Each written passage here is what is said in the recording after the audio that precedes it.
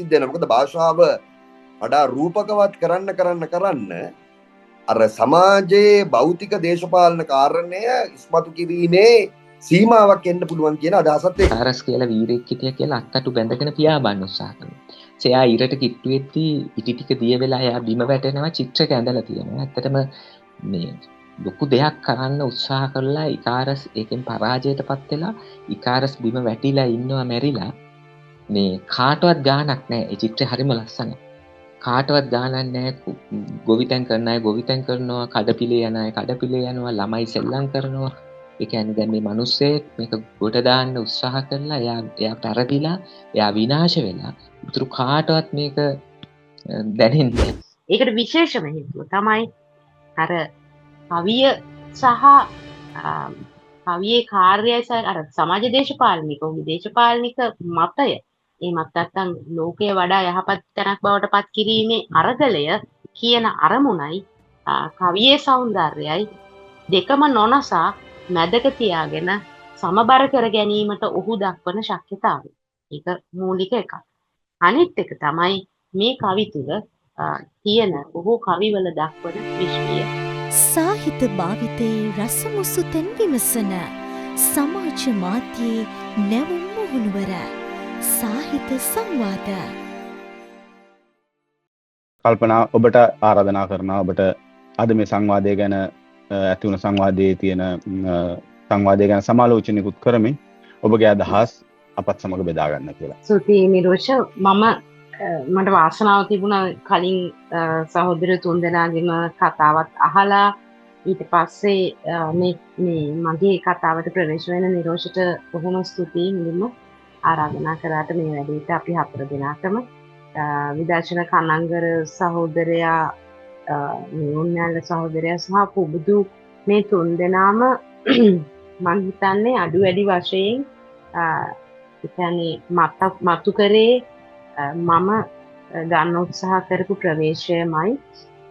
ඒ කියන්නේ ඒකෙන් අපිට පැහැදිලි වෙන දේ තමයි ලක්ෂාන් කොච්චර ස්ථීර ලෙස මේ පොතේ තමන්ගේ ඒ අපි මතු කරන ලක්ෂණය තියලා තියෙනවද කියන එක අපි කතා බහක් වෙනම නොකර නමුත් අපි තනිව හෝ කල්පනා කරද්දී අපිට එන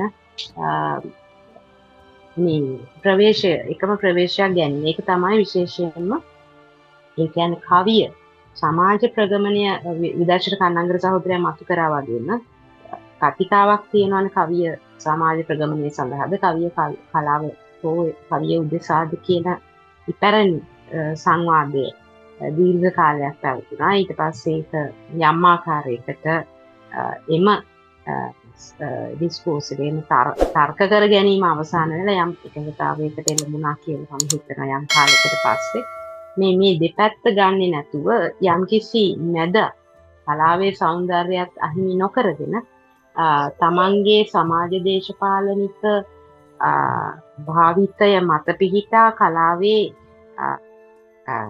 කාර්යභාරයයි තමන් සලකන්නා වූ ඔහු මේ ගසට ගල් ගසන්න කියන පොත හරහා ඔහුගේ පෙරවදනෙනුත් කියන්නා වූ එම අදහසයි. කියන්නේ කවිය මෙන්න මේ සමාජ අරගලය සමාජයේ වඩා දියුණු සමාජයක් වෙනුවෙන් යොදාගත යුතුය කියන අදහස ඔහුගේ කවිවල දක්නට ලැබෙනවා. ඒක හින්දා මමත් මගේ එළඹුමක් උනේ ඒකමයි. නමුත් මට කලින් කතා කරපු සහෝදරයෝ 3 දෙනාම ඒ ගැන එම වෙනස එම ඔහුගේ එම ප්‍රවේශය ගැන සහ ඔහුගේ එම ආස්ථානය ගැන විස්තරාත්මකව කතා කරපු හින්දා මේ මගේ අවසාන කතාවට එද්දි මම කල්පනා කරේ මේ ඔහුගේ මෙන්න මේ කවිවල තියෙන කවිය ගැන දිහා තව ටිකක් සුවිශේෂීව බැලුවොත් හොඳයි කියලා. ඒ වගේම මම ඔහුගේ කවි පොතේ මීට කලින් කවි පොතේ ඉදක්වද්දී සැලපු අදහස් දැක්වීමකදීත් මම මතු කළ සහ මම ඊටාම කැමති කවිය තුළ මතුවෙනවට ඊටාම කැමති ලක්ෂණයක් වෙන දැන් නිම්හල සහෝදරයක් මතු කරපු ලක්ෂණයක් වෙන අර විශ්වීය ගුණය ගැන මම ගොඩක් උදාහරණ මේකෙන් ගන්න පුළුවන් ඒවා සලකුණු කරගෙන හිටියේ. ඉතින් ඒ නිසා ඔන්න ඔය කාරණා දෙක තුන තමයි මම කතා කරන්න බලාපොරොත්තු වෙන්නේ. ඊට අමතරව මම ඔහුගේ දකින දේ තමයි ඔහු අනුභූති කරගන්න කියන්නේ ඔහුට අවශ්‍ය කරන දෙය. එනම් වඩා දියුණු සමාජයක්. මේ සමාජයේ තියෙන ගැටලු විශේෂයෙන්ම නූතනවාදී ලක්ෂණ. ඔහුගේ කවිය නූතනවාදී ලක්ෂණ දරනවා. ඒක පැහැදිලි කාරණයක්. නූතනවාදී ලක්ෂණ කියලා කියන්නේ එම අපි මේ මොහොතේ ජීවත් වෙන සමාජයේ තියෙන ගැටලු මතුකොට පෙන්වන්නා වූ කලාවක්. ඒක වඩා සෞන්දර්යාත්මකව අමුවෙන්ම නෙමෙයි වඩා සෞන්දර්යාත්මක කවියේ රුවගුණ නොනසා කරන්නා වූ ශිල්ප දැක්වීමක් තමයි ඇත්තටම නූතනවාදය තුළ කතා කරන්නේ. එතරදී අර විශ්වීය ගුණය ගැන කතා කරනකොට එම සමාජයේ ගැටලු කතා කිරීම, මේ සිද්ධ වෙන්නා වූ විපත ගැන කතා කිරීම, සියලු මට්ටමේ මිනිසුන්ගේ මම හිතනවා මං එතනදී සම්පූර්ණයෙන් එකඟ වෙන්නේ නැහැ විදර්ශන කනංගර සහෝදරයාට අර පහළ මාලයේ මිනිසුන්ගේ වේදනා කියලා නෑ. ඒක විතරක් නෙවෙයි. ඒ මధుරංගගේ කවි පොත් 4-5 අරගෙන ඇවිල්ලා ඉස්සරහට අරගෙන ඇවිල්ලා බලනකොට අර සියලු දෙනා වික්ටිම්ස්ලා කියන. සියලු දෙනා ගොදුරු කියන එක මේ ක්‍රමේ එහු විවිධ මාලයන්ගේ සමාජ පන්තීන්ගේ තියෙන කටුකත්වයන් ඔහු කතා බහ කරනවා. එතනදී පහළ මාලය ඔහුට අහු වෙනවා. ඊටම සුවිශේෂී විදිහට ඒ වගේම මධ්‍යම පාන්තිකයාගේ ප්‍රශ්නය එතනින් එහාට ගිහිල්ලා අර හරස්කඩක් විදිහට විවිධ සමාජ පන්තීන් වල ගැටලු ඒ වේදනාවල් ගැන කතා කිරීමේ ශක්තිතාවය ඔහු වැඩි දියුණු කරමින් පෙන්වමින් ඉන්නවා. හුදෙක් පහත පාලයට පමණයි සමාජ ගැටලු තියෙන්නේ කියන තැනට ලඟු වෙන්නේ නැතුව, මොකද මේ ක්‍රමය තුල අපි හැමෝම ඉන්දිකේ අපිට වඩා يعني කවි ලියන්නා වූ හෝ අපි මේ ඔක්කොම වාඩි වෙලා ඉන්නා වූ යම් කිසි මාලයක කොටසක් ඉන්නවා නම් ඊට උඩින් ඊටාම සුඛෝපභෝගී සියලු දෙයින් ආඩ්‍යයි අපි හිතන්නා වූ පිරිසක් ඉන්නවා නම් ඒ පිරිස පවා මේ මෙහි වින්දිතයෝ සහ කවුරුත් මේ වේදනාවෙන් හෝ මේ උගුලෙන් ගැලවිලා නැහැ කියන එක ඊටාම පැහැදිලි තත්ත්වයක්. ඒක මම හිතනවා මේ වෙද්දි ලක්ෂාන් මధుරංග වික්‍රමරත්න කවියාට අහු වෙලා තියෙනවා කියලා. පෞද්ගලිකව ගත්තොත් එහෙම මම කොළඹට ඔහුගේ කලින් කවි පොත් දෙක තමයි මුලින්ම ඔහු පොදුවේ ලියන කවි පොත් දෙකක් තියෙනවා.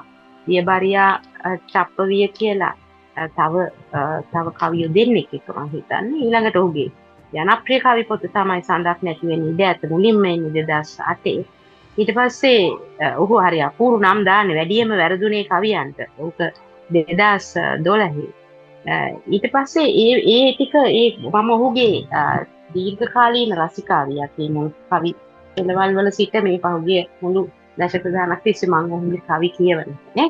එතකොට වැඩියෙන්ම වැරදුනේ කවියන්ට මේ දක්වා ඇවිල්ලා කොළඹට කියන්නේ බොරැල්ලට කියන්නේ මාව කම්පණය කරපු කවි පොතක්. ඔහු ඇත්තටම අර නිවුන්හැල්ල සහෝදරයා කිව්වා වගේ ඔහු ඇතුළත් පරම්පරාව. ඒ කියන්නේ රෝහණ පොතුලියක්ද ටිම්රාන් කීර්ති දිලිප් කුමාර ලියනගේ බෙනා ඔහුට කලින් ලියපු අය වුණා. මෙන්න මේ විශේෂයෙන්ම මහේෂ් කුමාර වාමාංශික නැඹුරුවක් සහිත එහෙමත් නැත්නම් මෙන්න මේ පහතම මාලයේ ජන ජීවිතය අල්ලාගෙන වේදනාවල් අල්ලාගෙන බස ඊටාම වෙනස් විදිහකට හසුරුවමින් ආපු ධාරාවක් ඇති වෙනවා ඒ වෙලාව. කවිය නිකන් අහසේ එල්ලලා තියෙන මේ නිකන් පාවෙන සරුංගලයක් වගේ නැතුව ඊටාම රොමැන්ටික් තැනකින් නැතුව ඒක එහි ප්‍රබුද්ධත්වය භාෂාව තුලින් මතු කරන ප්‍රබුද්ධත්වයට එක්තරා ආකාරයකින් අභියෝග කරන භාෂාව බැරුව නෙවෙයි. ඒ ශිල්පීය ක්‍රම නොදැනුවත්ව නෙවෙයි. ඒක හරියට තිලකසේන භාෂාවට එරෙහිව ගහපු කැරැල්ල වගේ එකක්. ඔහු භාෂාව නොදන්නේ නොවේ. නමුත් මෙන්න මෙහෙමත් මේක පාවිච්චි කරන්න පුළුවන් කියලා පෙන්නන. විවිධ එම සමාජ පන්තීන් වලට එම සමාජ ඒ සෝෂල් කන්ස්ට්‍රක්ෂන්ස් වලට ඒ පොඩි අදාළ දැන් කොළඹට කියන්නේ බොරැල්ලට කියන පොතේ ගත්තොත් එහෙම ඌගේ මේ වැලිගොඩ දමන්නෙකුගේ කවිය කියලා කවියක් තියෙනවා. ඒක භාෂාව ඉතාම මේ සහ ආකෘතිය හරිම අමුතුයි. ඒක එම සමාජ පන්තියේ එම කුලකයේ කෙනෙකුට කිට්ටු නොවි ඒ පිරිසට කිට්ටු නොවි ලියන්න බැරි එකක්. ඒක මම ටිකක් මේ උදාහරණයක් හැටියට ඒකේ කොටසක් කියවුවොත් එහෙම මේ කොළඹට කියන්නේ බොරැල්ලට පොතේ වැලි රියදිරෙකු වැලි ගොඩ දමන්නෙකුට කියව කතා. එහෙන් මෙහෙන් දාලා එනවා කොහොම හරි ගඟට 8 වෙනකොට උදේට. ඒ වෙනකොටත් උඹලා එන්නේ ගඟට වැඩට. දකින්නවනේ. දමයන්තිගේ රොටියකුත් එහෙම කාලා. දැන් මේකේ රොටියකුත් එහෙම කියන්නේ තනි වචනයක් නේ. රොටියකුත් එහෙම කාලා කිරිහෙකුත් හලාගෙන එහෙන් මෙහෙන් මංකඩේකුත් හොයාගෙන කරලා වැලිහෙකුත් පටවගෙන කොහොම හරි කාපට් එකක් තිහලගෙන ඉවරයි මං හිතන්නේ 12 වෙනකොට දවල්ට. නාගෙන කාගෙන නිදියගෙන ටිපර් ඇතුළෙම දෙයියන් බුදුන් වැඳගෙන පර්මිට් එකකුත් ඇඳගෙන යාඩ් එකෙන් දානවා 6 වෙනකොට හවසට. බඩු කෑල්ලකුත් ගහගෙන එහෙන් මෙහෙන් කොහොම හරි කොළඹට දානවා හරියට 11:30 වෙනකොට රැට. කොළඹට කියන්නේ බොරැල්ලට බාන්නේ වැල්ල. දන්නවනේ. මෙන්න මේ ටෝන් එකෙන් තමයි මේ කවිය යන්නේ. මේක මම දැන් කවිය ඇතුලේ අපිට ඕනි නම් මේක සංදේශ භාෂාවෙන් ලියන්න පුළුවන්. මේක කවදාවත් මට ලියන්න බැරි જાතියක්.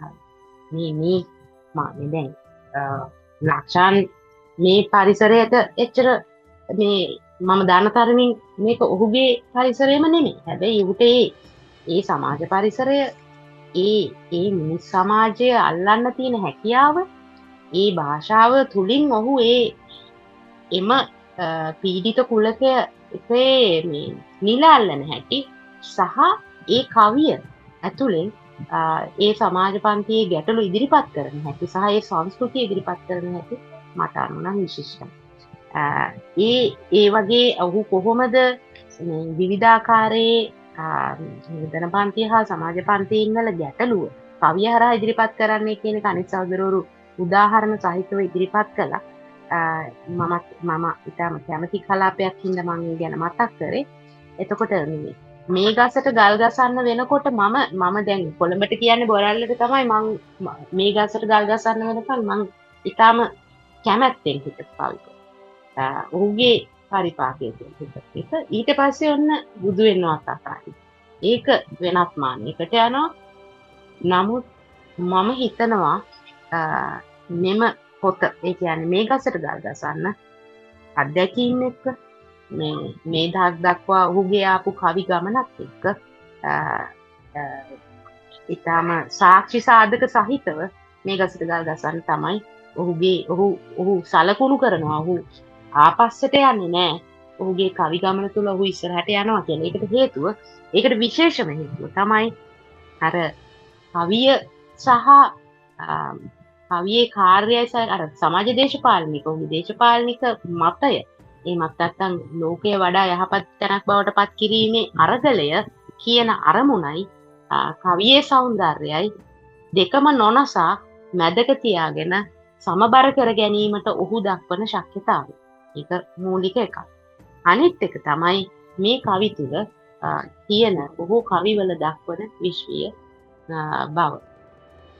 ඒක එතනට එන්න මම හිතනවා අපි කවුරුත් සෑහෙන කාලයක් ගත්තා කියලා. අපි කවුරුත් එකපාරේ වැනි කවි දීවේ නැහැ. එතනට එන්න ජීවිතයේ අත්දැකීම් බලපාන කවිය තුල අපි කරන සැරිසැරීම් බලපානවා. සතතාභ්‍යාසයෙන් එහා ගිහිල්ලා අපිට අවශ්‍ය කරන වෙනත් දැක්මක් කියවීමක් මේ සියල්ල අවශ්‍යයි. ඒක මුද්‍රිත පොතපතින් වෙන්න පුළුවන්, ජීවනාධ්‍යාසයෙන් වෙන්න පුළුවන්. මේ සියල්ල තුලින් වෙන මේ ජීවිතය දිහා අපි හෙළන දෘෂ්ටිය අපේ ගේස් එක මෙන්න මේක වඩා පුළුල් වෙලා තියුණු වෙලා තියෙනවා කියන්න පුළුවන් පොතක් තමයි මේක. නිවුණය හරියටම කිව්වා ගිය අවුරුද්දේ සහ මේ මෑත කාලෙක සහ මේ මුළු කවි සිංහල කාව්‍යාවලිය ගත්තහම මෙන්න මේ පොතේ තියෙන ඇතැම් කවි ඒවා සලකුණු විය යුතු කවි. බොහෝ කවි මේ එකක් ඩාවින්චිගේ ලුහු බැඳීම ඒක විශේෂයෙන්ම එතකොට ඩාවින්චිගේ ලුහු බැඳීම. ඊළඟට අඟහරු මිනිසා සහ බුද්ධ ගැහැණිය කියන ඔහුගේ කවිය. ඒ වගේම තවමත් දැල්වී තිබේ ලයිට් 1 2 කියලා කවියක් තියෙනවා. ඊටත් අමතරව සන්දිස්ථාන කියලා මං හිතන්නේ ඒක නිවුණා යවුට දැක්වුවා. ඊළඟට අපි ඉන්නේ කන්දක. මේ හුඟක් කවිවල තියෙනවා අර විශ්වීය බව. ඒ කියන්නේ අපි තනි මේ අනේ හරි අපි මේ අහවල් ගෙදර මෙහෙම දෙයක් වුණා. අහවලාට මෙහෙම දෙයක් වුණා. ඒක හරි දුකයි. මේ සමාජය වෙනස් වෙන්න ඕනි. වගේ තැනකින් එහාට ගිහිල්ලා අපි මේ මහ විශාල සක්වලේ ඉතා කුඩා තුත්තිතක ඉන්න විශ්වීය මිනිසුන් බව. අපි මෙන්න මේ තියෙන විශ්වීය ගතිය ඔහුගේ කවිවල මේ වෙද්දී මේ පොතට එද්දී එම ලක්ෂණ ඉතාම ප්‍රබලව හෙමින් ආපු ඒ ගමනේ ඉතාම ප්‍රබලව මේ වෙද්දී ඒක දකින්න ලැබෙනවා. ඒක එන්නේ විශාල ජීවන දැක්මක පුළුල් වීමක් එක්ක. එතකොට අපි අඟහරු මිනිසා සහ බුද්ධ ගැහැණිය කියන කවිය අසුරෙන් ඒක බැලුවොත් එහෙම අනිත් අය උදාහරණයට ගත්තේ නැති කවියක් කියලා මම ඒක ගන්නවා. නාසානුවන් පවා නොහඳුනන සඳනිකාවක් ඇත මා සතුව. පක්ෂගත කර තිබේය මෙතෙක් හඳුනා නොගත් අමුතු ග්‍රහලෝක දෙකක් වට කර. ඉන් ලැබේ මහ පුදුම තොරතුරු ගුප්තව තිබූ විශ්වයේ අදතුරු. මිනිස් ග්‍රහයා අඟහරු වැනියෙහි දිය නැතිය සුදු කුමුදු මල් පිපෙන මඩ ගතිය නොදිස්නේ. ගැහැණු ග්‍රහයා බුද්ධ වැනිය වූ ගලා ගිය බවට ඈ සඳ වතුරු සේදිනිත කිසිදු සටහනක් නොතිබේ. නැත සෙවුම නතර කළේ ඉන් පසුද ගැඹුරටම හගිස්සෙමි පසු නොබැස. මෙන්න මේ දැන් ලැබුණු විස්මවන තොරතුර. නිහඬ සයුරක් තිබේ ඒ අලුත් නිර්ජල. ගැහැණු මිනිසුන් ඇතුළ ෆොස්ෆරස් පස් යටින් ප්‍රේමයෙන් උතුරන. කොපර් සල්ෆේට් කැට රැගෙන යමි ඔවුන් වෙත. කක්ෂයේ සිට විදිමි විනිවිදිනසේ සිරුර. තමන් තුළ තවම ඇති ප්‍රේමයේ මහ ගැඹුරු ජල නිදිය පෙනෙනලද. නිල් පාට ග්‍රහලොවක් තවත් ඇති බව මෙලොව උණුසුම්ම පුවත ලෙස පසුව පවසන පිළිව. කවියා මේ කවියේදී ඔහු කියනවා තවම හඳුනා නොගත් යම් දෙයක් මිනිසා තුළ පවතින බව. මේක එක්තරා විදිහකට අර දිදුලන ආත්මයක් පිළිබඳ අදහස වෙන්න පුළුවන්. හැබැයි මේ තියෙන ඒක අපිට රොමෑන්ටිසම් කියන ගණයටම දාන්න බැරි.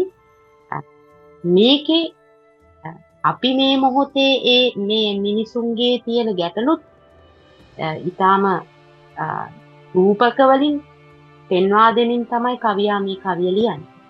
එතකොට පිරිමි මේ වගේ මිනිස්සුන් අඟහරු වගේ වතුර නැහැ. එහෙම මේ රහක් නැහැ වගේ එකක් කියන්නේ වතුරක් නැහැ. එහෙම නැහැ. ගැහැණු බුද වගේ. නිකන් කොයි වෙලාවකත් ගලාගෙන ගිය ඒ සොඳුරු බව නැහැ කියන එක. හරි මම තව හොයනවා. මේ විශ්වයේ මොකක් හරි අරුමයක් ඇති කියලා හිතාගෙන. එතකොට හම්බ වෙනවා සායුරක් කියන. ඒ අලුත් නිර්ජල ගැහැණු මිනිසුන් ඇතුළ ප්‍රේමයෙන් උතුරා යන. කොපර් සල්ෆේට් අරගෙන මම විදිනවා. රැගෙන යනවා කක්ෂයේ සිට විදිනවා. Taman තුල තවම තියෙන ප්‍රේමයේ මහ ගැඹුරු ජල නිදිය පෙනෙන ලෙඩ.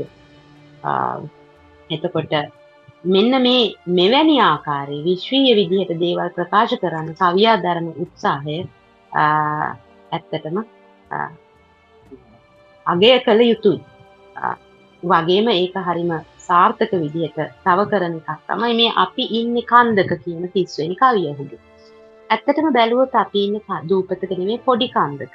මේක වෙනස් පරිකල්පනීය කතාවක්. ලංකාව දූපතක්. නමුත් මම මේ ඇහුවමයි කවියකින් මෙවැනි දෙයක් කියනවා. ඒක විශිෂ්ට පරිකල්පනයක්. අපි ඉන්නේ දූපතක නෙමෙයි. අපි ඉන්නේ කන්දක. මුහුදෙන් උඩට මතුවෙච්ච පොඩි කන්දක. කවියා මේකේ කියාගෙන යනවා අපි නිකන් පොඩි වලවල් හදාගෙන ගල් ගුහාවල මල් සුවඳ ගලා එන සුළඟටද පසුපස ආරෝගෙන අපි මේ කරන්නේ ඒ කන්ද නොදකින එක කියලා කවියා කියනවා. තවත් උපකන්දි වල ලස්සන බලන්නට ට්‍රිප් එකක් යන අප පටන්ගෙන තියෙන්නේ කන්දෙන්ම බව දැනෙන්නේ නෑ අපිට. මෙහෙම කියලා කවිය අන්තිමට කියනවා. ඇත්තටම බැලුවොත් අපි ඉන්නේ විශ්වයේ එක තැනක. අපි ඉන්න බව නැගිට විශ්වයට දැනෙනසේ හිඳිය යුතු කන්දක. මේක එක අතකින් දේශපාලන කවියක්. ඒ කියන්නේ අපි මෙන්න මේ කන්ද කියන එකේ ඉන්න අය මීට වඩා සක්‍රියව වැඩ කළ යුතුයි විශ්වයට දැනෙන ලෙස කියන එක. ඒ කියන්නේ මේ ලාංකිකයෝ හැටියට එහෙම නැත්නම් මේ විශ්වයේ තවත් කොටස්කරුවෝ හැටියට අපේ කාර්යභාරය ගැන අනිත් අතට විශ්වය කියන වචනය ගෙනීම තුළින් ඒ කියන්නේ අපි ඉන්නේ මේ විශ්වයේ පොඩි කන්දක කියන එක. අපි සහ අපි දූපතකට කොටු වෙලා කියලා අපි හිතන්න ඕනි නෑ කියන එක හැමදාම කවිය ඇතුලේ, නිර්මාණ ඇතුලේ, දේශපාලනික කතා ඇතුලේ අපි දූපත් මානසිකත්වයේ කියන එකට තදින් අපේ ඔළුව පවා කොච්චර පරිකල්පනයෙන් හිතන්න හදුවත් අපේ ඔළුව පවා කොටු වෙලා තිබුණ එක. හැබැයි කවිය අපිට මතක් කරනවා එහෙම නෑ. පින පොඩි කන්දක මුහුදත් එක්ක කොටසක්. අපි විශ්වයේ කොටසක් කියන එක වෙනත් මානයකින් බලන්න කවිය සාර්ථක විදිහට ඉතාම පරිකල්පනීය තැනකින් කවිය එක කරනවා.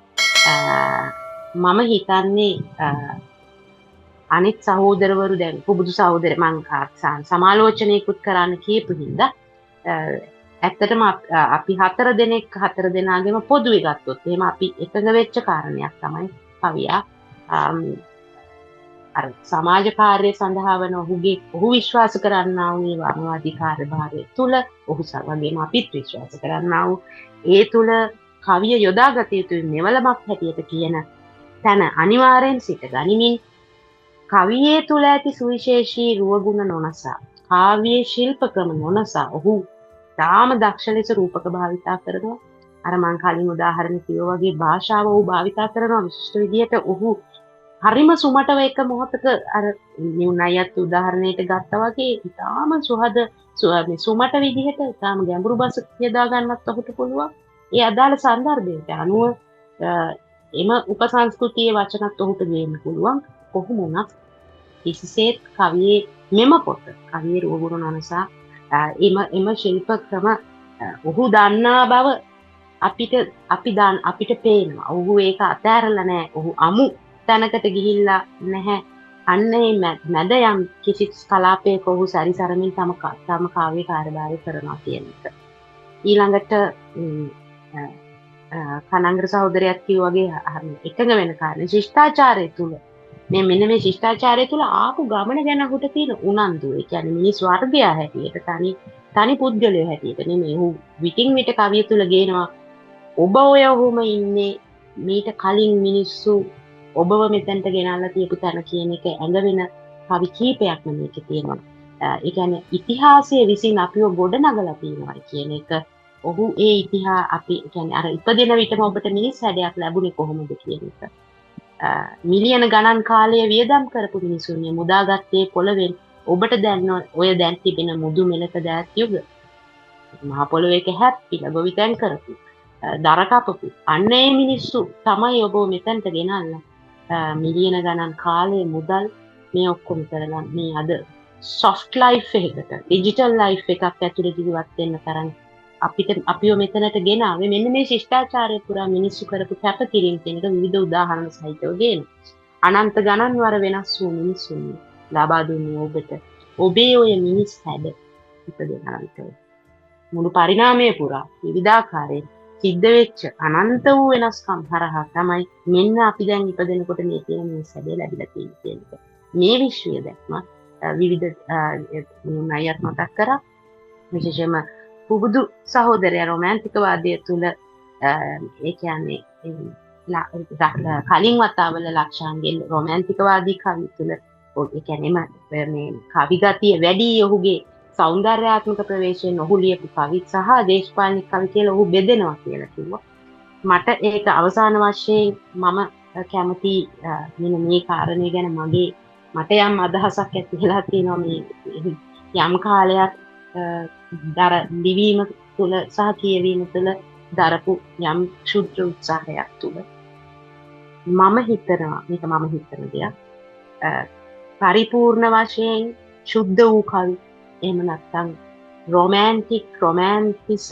රොමැන්ටික වාදී කවි ලිවීමේ හැකියාව අපේ යුගයේ අයට තියෙනවද කියන එක අපි තව කල්පනා කරන්න ඕනේ කියලා මම හිතනවා. මොකද නිර්මාණකරුවාගේ නිර්මාණකරුවාට කිසිසේත් තමන් පවතින තමන් ජීවත් වෙන සමාජ දේශපාලනික සංස්කෘතික යථාර්ථයන්ගෙන් බැහැර වෙලා නිර්මාණය කිරීමේ සම්පූර්ණයෙන් ඒලියනේට් වෙන්නේ හැකියාව කොයි තරම් තියෙනවද කියන එක ගැටලුවක්. මොකද පුද්ගලික මෙලොවට ආවාට පසු ඔහුගේ පෞරුෂය සහ ඔහුගේ අත්දැකීම් කලාපයේ සම්පූර්ණයෙන්ම නිර්මාණය වෙන්නේ අර ඒලියනේට් වෙච්ච යථාර්ථයකින් නෙවෙයි, මේ මෙහි මොහොතේ ඔහු ජීවත් වන යුගයට සාපේක්ෂවයි.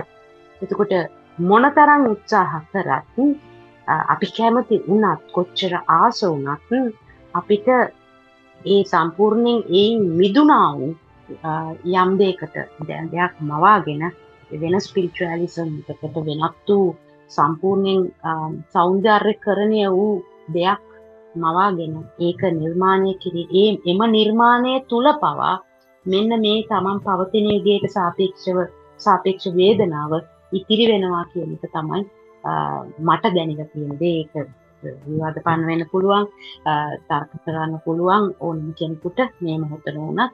ඒක තමයි මම දැනට හිතමින් ඉන්න දේ. මම හරි ආස දෙයක් ඒ රොමැන්ටිසම් සහ ඒ කවිය. නමුත් අපිට කොයිතරම් දුරට අපි දරාගෙන සිටින්නා වූ මෙම යුගයේ ආත්මයන් තුලින් කවිය තුලට ඒක ගොඩ කළ හැකිද කියන ගැටලුව මට තියෙනවා. අන්න එතකොට රණවීරව කියන සහ නන්දනගේ පසු කාලීන කවි පවා කියවා ගැනීමේදී තව පාරක් අපිට ඔවුන්ව ශුද්ධ කවීන් කියලා කවුරු හරි හිතනවා නම් තව පාරක් හිතන්න වෙනවා කියලා හිතනවා. ඉතින් මෙතනින් මගේ කතාව අවසන් කරන අතරේ විරෝචන නැවතත් ස්තුතිවන්ත වෙනවා. ඒ වගේම ලක්ෂාන් මදුරංග අපේ සහෝදරයා මිත්‍ර කවියා ඔහු සිය නිර්මාණ හරහා මේ පැමිණි ගමන් මඟ සහ ඔහුගේ පුළුල් දෘෂ්ටිය මේ විශ්වීය දෘෂ්ටිය සහ ඔහු භාෂාව කවිය සහ තම සමාජ දේශපාලනික දැක්ම ඉතාම සුසම්බන්ධ කරමින් මේ කරන වූ කාව්‍යමය මෙහෙවරට සුබ පතමි. මගේ කතාව අවසන් කරනවා. බොහොම ස්තුතියි.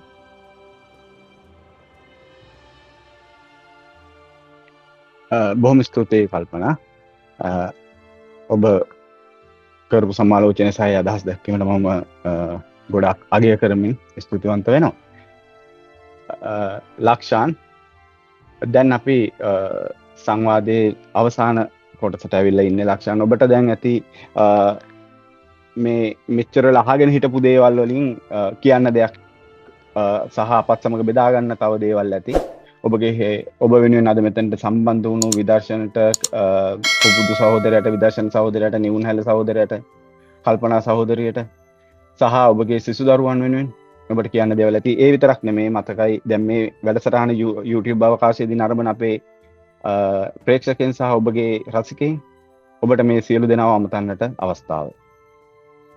ඔව් නිරෝෂ, මේ ඇහෙනව නේද මාව? ඇහෙනවා. මම කවි ලියන්නේ සාමාන්‍ය 2020 වගේ කාලෙක ඉඳලා. එතකොට මේ ඒකට මූලික වුණ ගුරුවරයා තමයි දිලිප් කුමාර් ලියනගේ. ඔහුගේ සිංහල සාහිත්‍ය පාඩම් වල ශිෂ්‍යයෙක් විදියට මම කන්තලේ ඉගෙන ගන්නකොට ටිමා ගිරිඋල් ඉගෙන ගත්ත අපි දෙන්න සමකාලීනව. ඉතින් මේ 2020 ඉඳලා මේ 2025 වෙනකන් අවුරුදු 25ක් විතර අකණ්ඩව මේ ලිවීමේ ක්‍රියාවලිය නිරත වෙලා ඉන්නකොට මම මේ දැකපු මට ලැබුණු විචාරය, මට ලැබිච්ච විචාරය ගැන මට තියෙන ඉතාම ආදරණීය හැඟීමක්. කියන්නේ ඇත්තටම ගුරුවරයෙක් විදියට දිලිප් කුමාර ලියනගේ මගේ කාව්‍ය ජීවිතයට බලපාපු ආකාරය, ඒ වගේම මගේ දේශපාලන මතිමතාන්තර වලට බලපාපු ආකාරය ඉතාම ප්‍රබලයි. එතනින් නතර වෙන්නේ නැතුව දිලිප් කුමාර ලියනගේ කරපු හරිම සුන්දර කටයුත්තක් තමයි අපි එතකොට A-level ශිෂ්‍යයෝ විදියට අපේ කවි මේ පරාක්‍රම කොඩිතුවක්කු වගේ මහා කවියෙකුට යොමු කරවපු එක. එතකොට මම ඇත්තටම කනගාටු වෙනවා එතනදී මගේ අතින් සිද්ධ වෙච්ච මට අගෑරීමක් තියෙනවා. මොකද්ද මේ පරාක්‍රම කොඩිතුවක්කු එක්සයිස් පොතක මට මේ මගේ ඒ චූටි ශිෂ්‍යයෙක් විදියට මම ලියපු කවි ගැන එක්සයිස් පොතක් පිරෙන්න මට එයාගේ අත්තකුරෙන් ලියලා එවපු සටහන් වගේක් තියෙනවා. මම කනගාටු වෙන්නේ මගේ අතින් එම ලේඛනය නැති වුණා. ඒක මම හිතන්නේ සමාව දිය නොහැකි වරදක් විදියට මම දකිනවා. නමුත් ඒක මට හම්බෙච්ච මුල්ම මට්ටමේ මේ අර දිලිප් කුමාර ලියනගේ කියන කවියාගෙන් එහා ගුරුවරයාගෙන් එහා ලැබිච්ච ගුරුහරුකම. ඒකේ තිබිච්ච අදහස්, ඒ විචාර, ඒවා සියල්ල මට අදටත් හොඳටම මතකයි. ඔහු සමහර කවි වල යම් පාද පවා වෙනස් කරමින්, මගේ කවි වල පාද පවා වෙනස් කරමින් යෝජනා කරලා තිබුණා මෙහෙම කියලා. ඒවා මේ බලහත්කාරකම් නෙමෙයි, කිසිසේත්ම අතිශය ආදරණීය ගුරුමය මැදිහත් වීමක් ලැබුණේ.